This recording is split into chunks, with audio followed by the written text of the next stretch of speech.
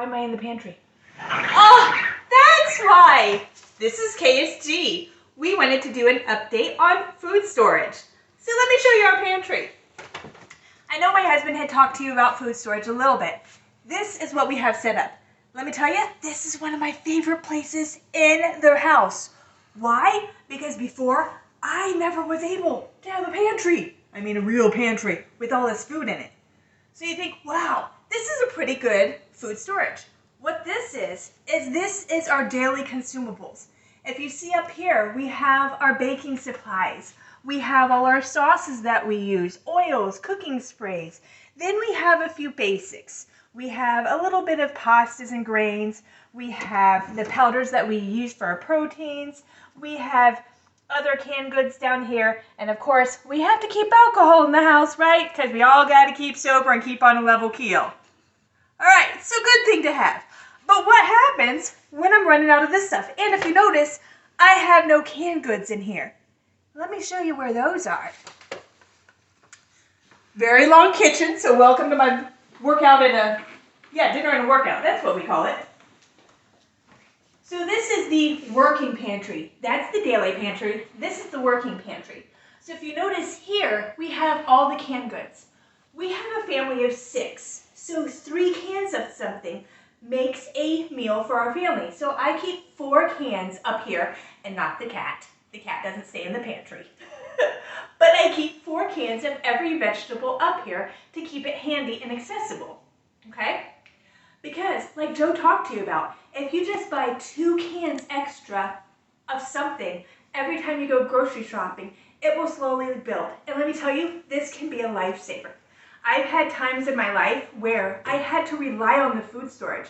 And if I didn't even have this little bit amount extra, I would have been sunk.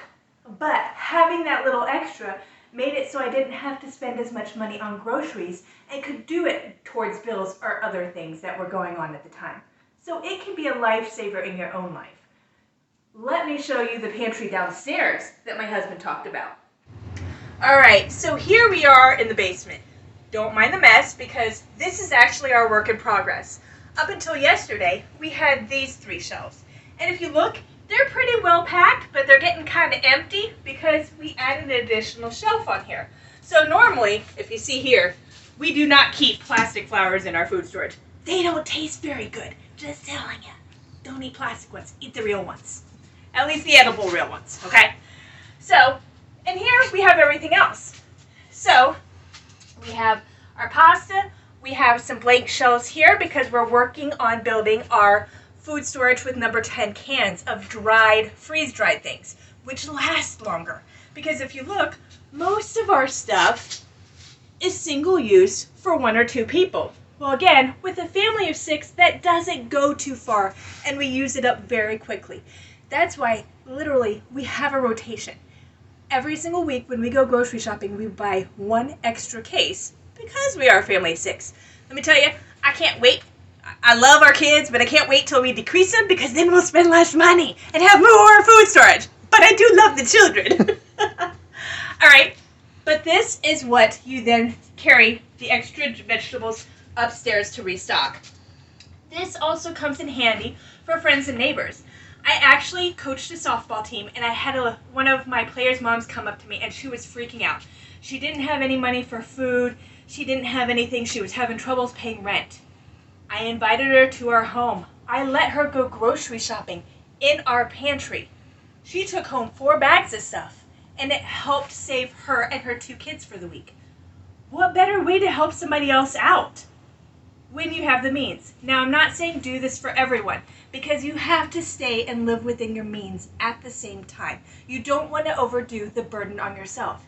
So be careful of that. If you're going to help somebody out, take stock of what you have and maybe help someone once a month who needs it. Or around our town, we have, because of the pandemic and everything that's going on, we have little boxes around town. Go fill a box once a month. Okay? Last but not least, something that we're working on and something for you guys to look forward to, we are starting our water storage. Don't mind my rug. Still haven't laid it down. This is our start of it, okay?